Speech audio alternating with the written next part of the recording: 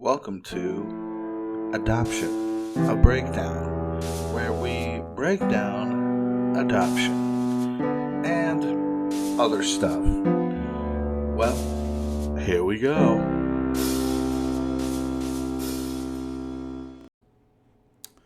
Hello, everybody. Welcome back to another episode of Adoption, a breakdown, where we break down adoption and other things. My name is John.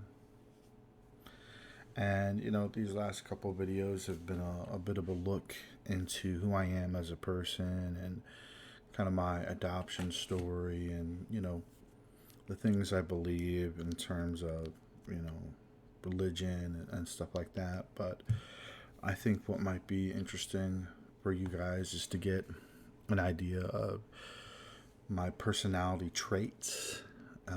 And we can take a look at those and see, how being adopted has or hasn't related to those or affected those. So there are a lot of different personality tests out there. The main ones I'm going to be looking at are the MBTI and the Enneagram.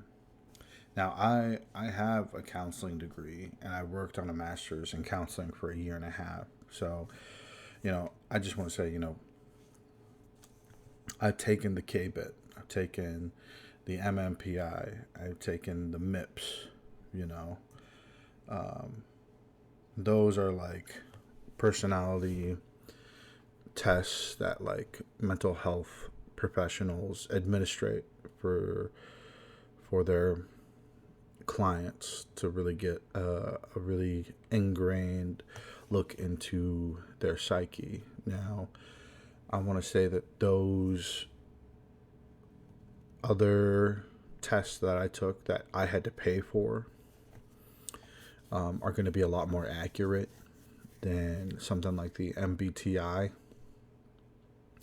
Myers-Briggs, even at the college level when we were talking about it, it was more of just kind of like a fun thing that was like, here's a small indicator of the like type of person you lean towards. It's a very, very very, very small part of the tip of the iceberg, and by no means should MBTI or the Enneagram be used as a catch-all to box somebody in.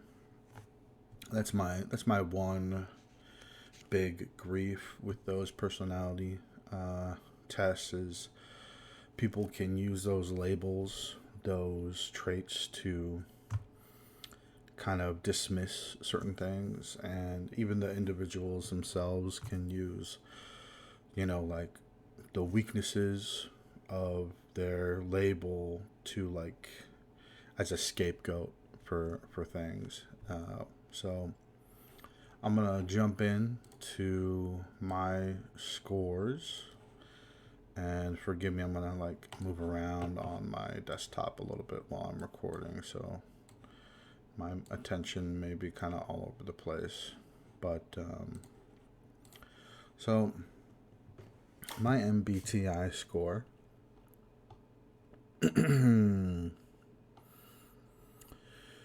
is INFP, which is introverted, intuitive, feeling, and perceiving. Now, I'm looking at the website Very Well Mind. Yeah, I know what my score was, but this website just gives a more in-depth look into my traits. I'm going to read some of these again. This is from verywellmind.com. INFPs tend to be introverted, quiet, and reserved. Being in social situations tends to drain their energy. They prefer interacting with a select group of close friends, but they like to be alone. This should not necessarily be confused with shyness. I think that's very accurate. I think when people meet me, they would say I'm not shy, but being around social gatherings, social groups where it's more than just a couple people is very draining for me. Instead, it simply means that INFPs gain energy from spending time alone. On the other hand, they have to expend energy in social situations 100%. 100%. INFPs typically rely on intuition and are more focused on the big picture rather than the nitty gritty details. They can be quite meticulous about things they really care about or projects they're working on, but tend to ignore mundane or boring details. Yeah, yeah. I'm a like my head in the clouds type of guy where if I'm trying to accomplish something, I tend to think of along the lines of what sort of things will help accomplish the overall goal for that versus what are the practical steps I need to take 1, 2, 3, A, B, C to get there. It's something I'm working on. It's an area that I need to get better in for sure.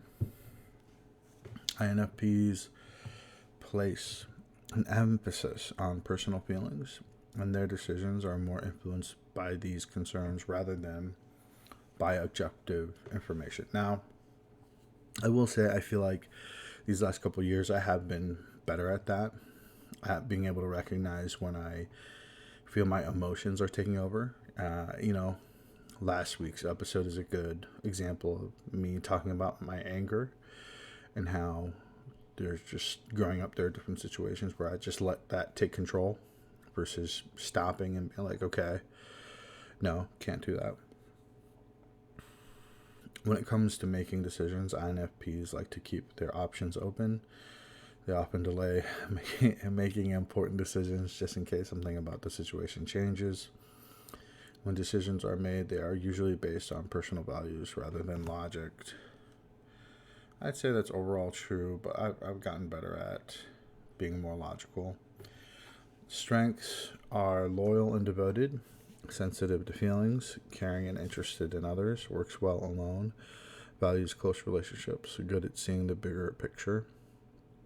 Weaknesses can be overly idealistic, tends to take everything personally, difficult to get to know, sometimes loses sight of the little things, overlooks the details.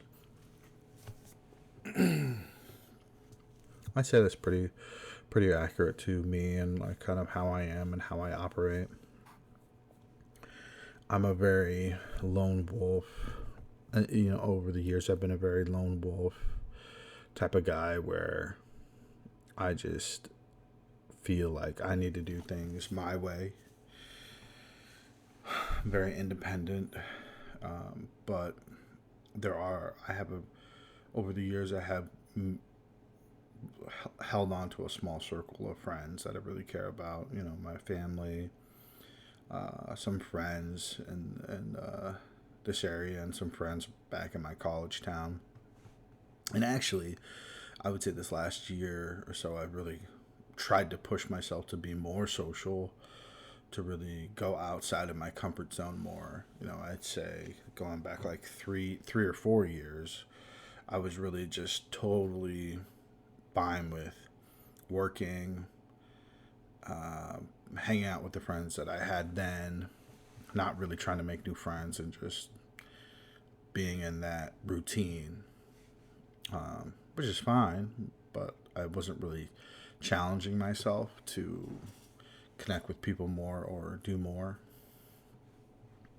Weaknesses, idealistic, take things personally, difficult to know, loses sight of little things, overlooks details. Yeah, those are a lot of things I tend to do, but I feel like I have been trying to overcome those things in the last couple of years. I've been trying to be more logical. I've been trying to be less closed off, less take things personal, less. And it's just been a journey. It's been a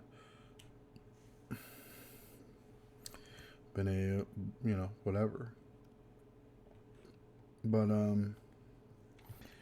yeah, I want to say, INFP.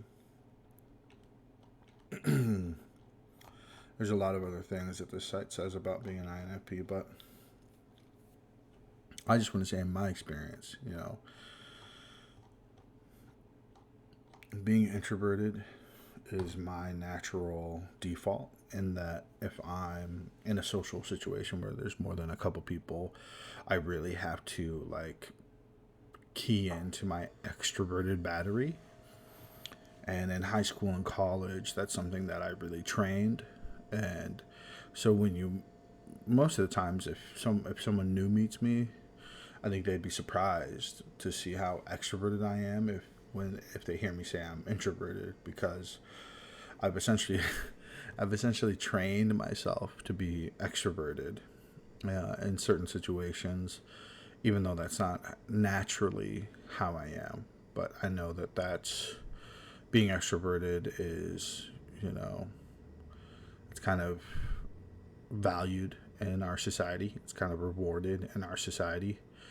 So that's something that I've worked on being better at. And I mean, part of it too is just my job, you know, really kind of become like the assistant to my boss, like, and training a lot of new hires. You know, that's something that being extroverted, like, you have to do that well.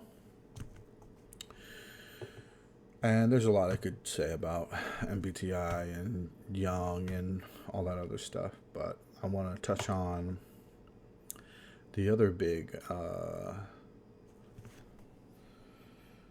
personality test, which is the Enneagram. I don't know how to pronounce that. The different types, number types. I am a type 9. Now, this is interesting. I think, in my opinion, I think that Enneagram is a little bit more accurate than the MBTI. You can take you can test for the MBTI, and depending on your mood, you can test differently. I feel like the Enneagram is a little bit more accurate. But anyway, so I'm a type 9 for the Enneagram. And this information I'm getting about type 9s is coming from integrative9.com. So I'm going to read some of this stuff. Enneagram 9s are motivated by a need to be settled and in harmony with the world, and as a result, being accommodating and accepting will be important to them. They strive for a peaceful existence and appreciate stability, preferring to avoid conflict. That's so true for me. At their best, 9s are experienced as self-aware and vibrant. Yeah, these last couple of years I've definitely become more self-aware, for sure. They offer the gift of right, sustainable action to themselves and the world around them.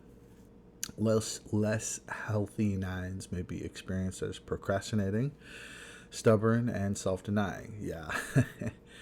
This stems from a pattern of going along to get along with others and the eventual discomfort that arises when the strategy is not satisfying. 100%. Self-talk. I am okay as long as the people around me are okay too. The world would be a better place if people could treat each other with respect. I must keep the peace. I must be tolerant and accepting. Can't everyone just get along? That is so me. That's so funny. Gifts of the Enneagram 9 include agreeable. 9s are easy to get along with. Others experience them as open, receptive, and peaceful. Understanding. 9s are able to listen to differences and understand multiple perspectives with a great skill in synthesis and finding commonalities across differences. Patient. 9s do things in a calm, sustainable way, trusting the natural rhythm of projects and processes. Supportive. Others feel accepted, heard, and understood in the presence of 9s. They accept people for who they are and see their full potential. Genuine. What you see is what you get with a 9, and they are unpretentious. Others can be at ease with them. I'd say that's true. There's a lot. There's a lot of information here. I don't want to spend all this time reading all this stuff. Again, it's from integrative9.com. Shout out.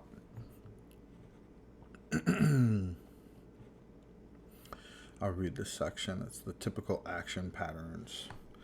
Enneagram 9 is in the action center of the Enneagram, but it is the conflicted archetype in this center.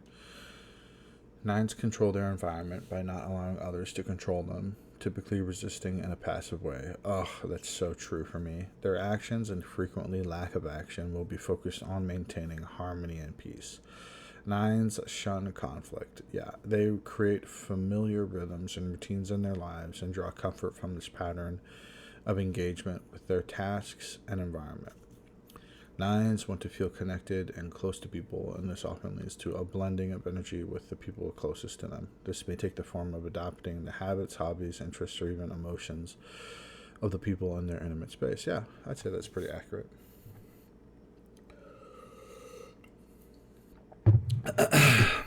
Yeah, I mean, for me, yeah, I think this is pretty accurate stuff so far.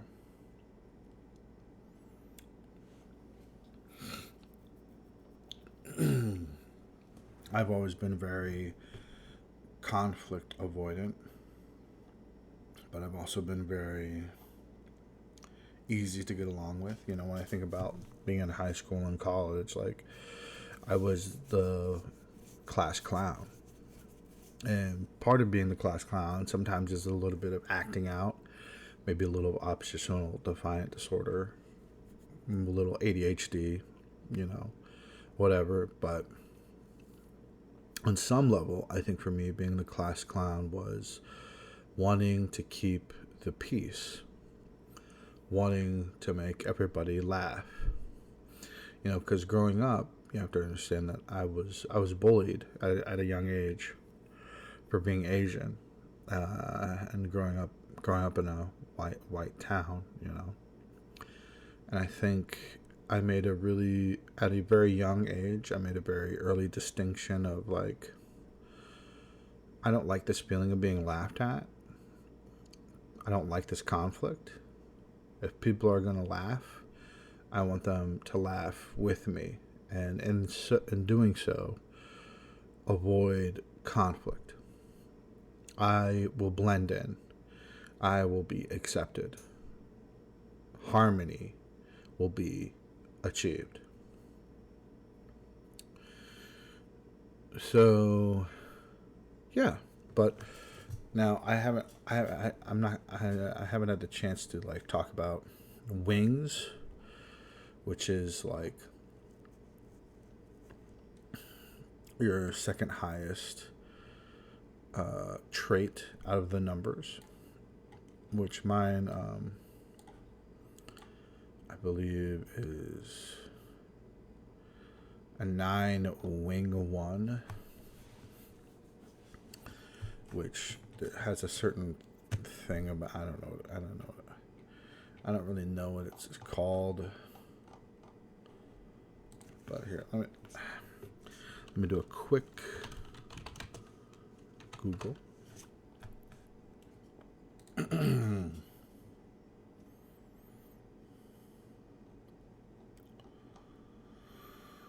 Oh boy, okay.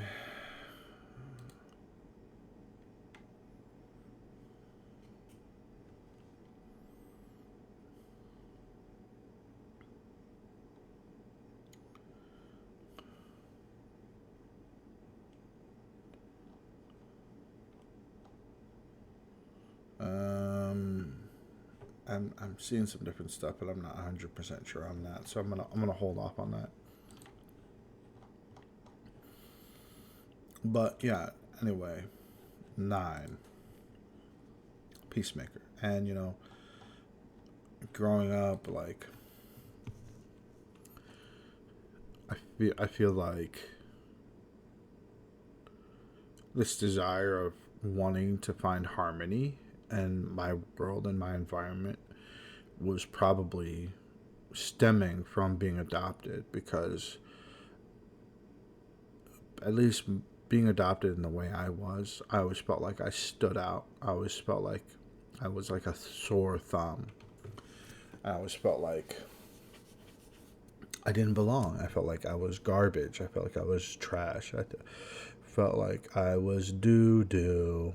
And I felt dissonance. I felt discord, and it was this sort of underlying sense of some sort of shift in the balance.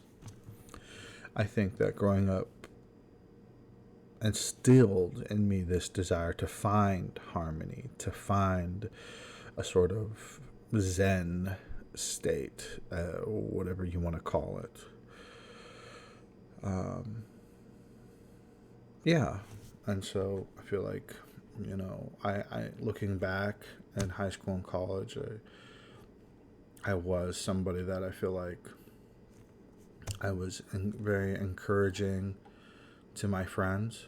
I was the guy that was like very positive and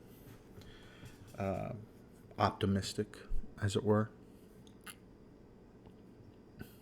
which is fine. It's great. It's dandy. I mean, again, there's a lot I could talk about with type 9s and the Enneagram. I found that it's a big thing in like Christian circles. And I've also found that some Christians are like super against it. So I guess just depends on who you talk to. Some Christians like it, and some Christian thinks, they think it's like astrology, So take for it what you will, but for those of people that know me, have known me for a long time, going over 10 years, I think you'll hear the INFP, you'll hear Peacemaker, and I think you can see that in my history. But moving on, there is a surprise section of personality type stuff that I wanted to talk about. And I think this is perhaps more important, I think, than the MBTI or the Enneagram. And this is the 5 love languages. Now, I want to try to talk about this for another 8 minutes, but I could talk about the love languages for such a long time. But for those who aren't familiar, the 5 love languages are these ideas that were perpetuated and popularized by an author, writer named Gary Chapman, who divided up these 5 different ideas of how people connect with each other and communicate with each other on a very deep level. Oh, my chest is going to cramp. Oh, my gosh. And he breaks down these different areas as words of affirmation, quality time, receiving gifts, acts of service, and physical touch. And like, you'll have every person, like, his thing is like each person has a hierarchy when they look at those things in terms of what is most important to them and how they feel loved in terms of if they're shown that category, etc., etc. So like words of affirmation, there's a popular like example to like talk about all these, but like I think it's like words of affirmation is an example of that is if you're a gardener, an example of words of affirmation would be for me to say, hey, would come up to you and tell you, hey, you have a great looking garden, man. You really have a green thumb. Those tomatoes, they look red. Those cucumbers, they look juicy, man. Those peppers, oh man, I'm sure they're gonna be popping. It looks great. I'm so excited. I think you're doing something I don't know how to do, and you're doing a great job at it. I'm so excited to see what more gardening you can do. And I think you're doing great. That's words of affirmation. Quality time would be an example of that. Would be if you're a gardener, it would be like, hey, I'd come up to you, I say, hey, can I help you work on your garden? Can I spend time with you working on your garden? Whatever you need me to do, dig, plant, water, fertilize, whatever it is you need me to do. I want to help you, and I want to do something with you at your garden. That's quality time. Receiving gifts is pretty straightforward. It'd be like if you have a garden, it'd be like me going up to you and being like, hey, I was at the store and I saw these pumpkin seeds. I saw these seeds for potatoes. I don't know if potatoes have seeds. I saw these potato tubes. I saw these bean sprouts. And I bought them and I got them for you because, I feel like I wanted to give this to you because, you garden and these are for gardening, and I just wanted to give these to you. That's receiving gifts. Acts of service. Acts of service, another pretty straightforward, is if you're a gardener and I know that you're going to be on vacation for 3 days for a weekend, and I come up to you and I say, hey, while you're gone on vacation, let me take care of your garden. Let me water it, check on it, make sure animals don't get into it. For those 3 days while you're on vacation, I'll come over to your backyard and make sure, it's all hydrated and they're not dying and stuff like that. That's an example of acts of service. And of course, physical touch. Pretty self-explanatory. If you have a garden, it'd be like coming up to you and, high-fiving you, say like, way to go, nice garden, or like putting my hand on your shoulder and being like, man, this garden looks great.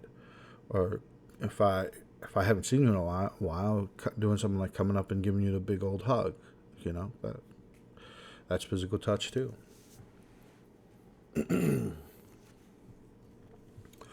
So, yeah.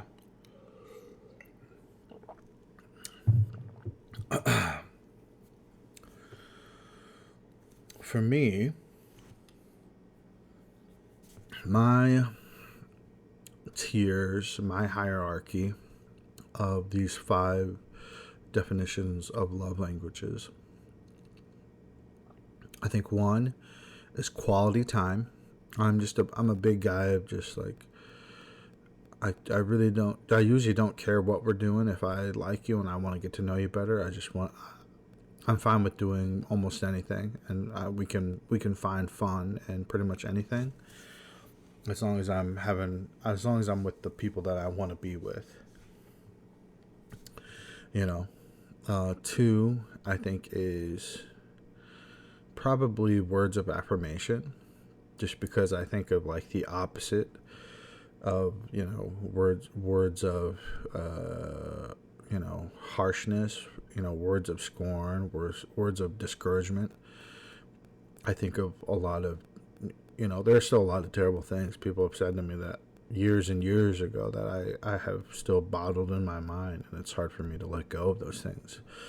But, there are times when people compliment me and say nice things to me, and I don't expect it. And that emotionally, that just, really fuels my positive emotional tank, and it gets me on an emotional high. Then I would say probably receiving gifts, because I'm at a point now where, like, when I'm trying to get somebody a gift, I don't just like throw no thought into it. I don't just do it haphazardly. When I'm buying a gift for somebody for Christmas or birthday or whatever, I really, really try to like approach it like a detective. What do they like to do? Where have they been spending their time? Have they said that they want this? Have they said that they want this without saying they want this? Boom. Detective, figure out what they like, buy it, get it for them, make them happy. And then acts of service, I think, not because I'm a huge acts of service guy, but because I know physical touch for me is my last. That's my last. That's my lowest bar. I'm not a big physical touch guy. I never have been.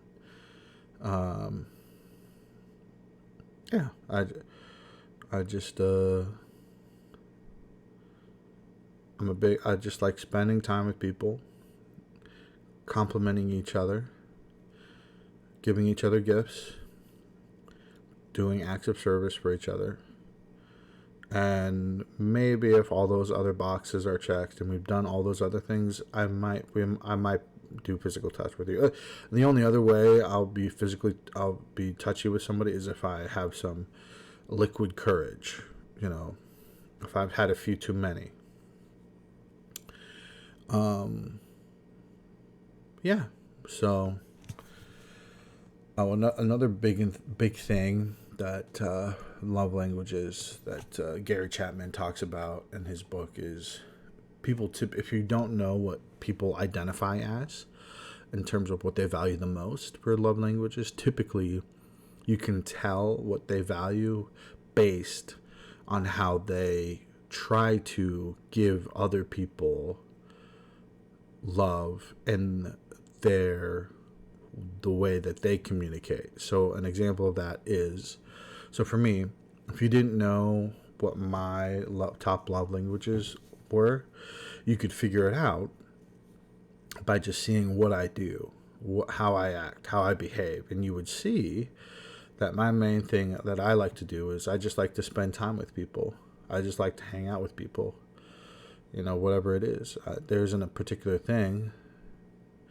I just like to, I like to spend time with my family, with my friends. I like to go to Indiana and hang out with my college buddies, that's my main thing. And you would see, someone could see that based on just how I try to communicate that with others. But like I said, I think love languages, I think that's more accurate and more important, I think, than type 9, the Enneagram stuff. And I think the Enneagram stuff is more important and a bigger detail than MBTI. So it was kind of a closing point. I guess that's how I would rank the importance of these things. Least important, MBTI. Second important, Enneagram. Third important is love languages. But yeah, that's a little bit of me, a little bit of my personality traits. But thanks for watching. Thanks for listening. And I think today we're going to end the podcast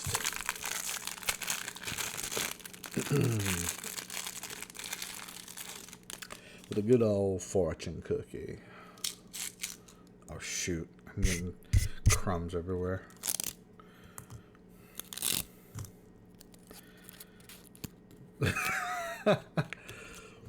It's the roving bee that gathers honey. Lucky numbers 7, 11, 43, 27, 52, 44. What an interesting fortune. It's the roving bee that gathers honey. I definitely have had worse fortunes. Again, thanks everybody for watching. It's the weekend of July 4th. Everybody have a awesome, happy 4th of July. Stay safe. Don't get too crazy, but make sure to have some fun. I'll see you guys next episode. Catch you on the flop. Thanks for listening to today's episode of Adoption, a Breakdown, where we break down adoption and other stuff. See you next time. Bye-bye.